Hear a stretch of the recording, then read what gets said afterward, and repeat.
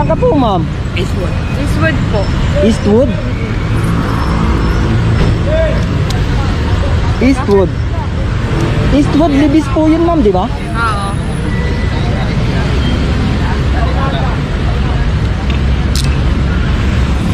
Bakit libre kuya? Alin po? Bakit libre?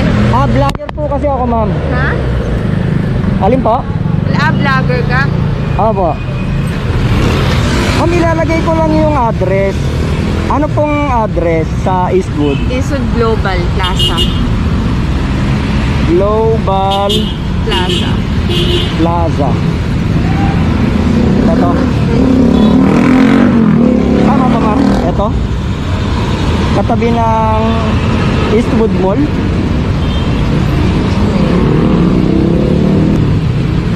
Tama ba yung direction? Apa. Pwede tayo magbagong bayan. Bagong bayan. Kakanan sa kakanan sa traffic light, ano? Tapos kakaliwa doon sa marami nagtitinda ng kwek-kwek. Okay ka na, ma'am? Okay na po.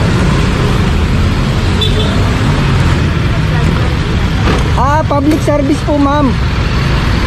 Kahit anong bagay na libre. Hindi lang libreng sakay. Halimbawa, nasiraan sa daan. Naubusan ng gas, nasira yung motor. Hahatakin ko yun pauwi sa kanila.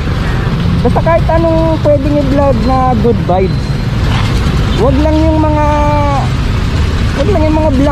vlog na nakaka-perwisyo. Kasi wala siyang walang ambag sa lipunan. Gusto ko puro positive lang. Gusto ko yung may yung may silbi sa kapwa. Araw-araw kuya. Po? Iba-iba yung ginagawa ko. Opo, depende po sa inihingi ng pagkakataon. Halimbawa, pag nakita ko yung motor na siraan, hahatakin ko yung pauwi. Ngayon, umaga, ang hinihingi ng sitwasyon, mga pasahero na malilate.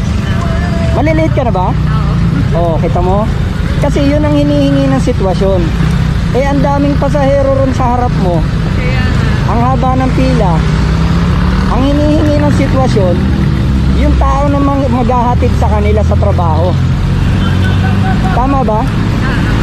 Yun ang hinihingi. Kanan tayo rito C5, ma'am, no?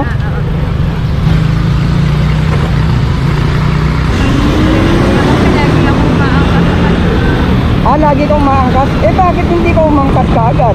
Kanina. Ano ba? Ba't di ka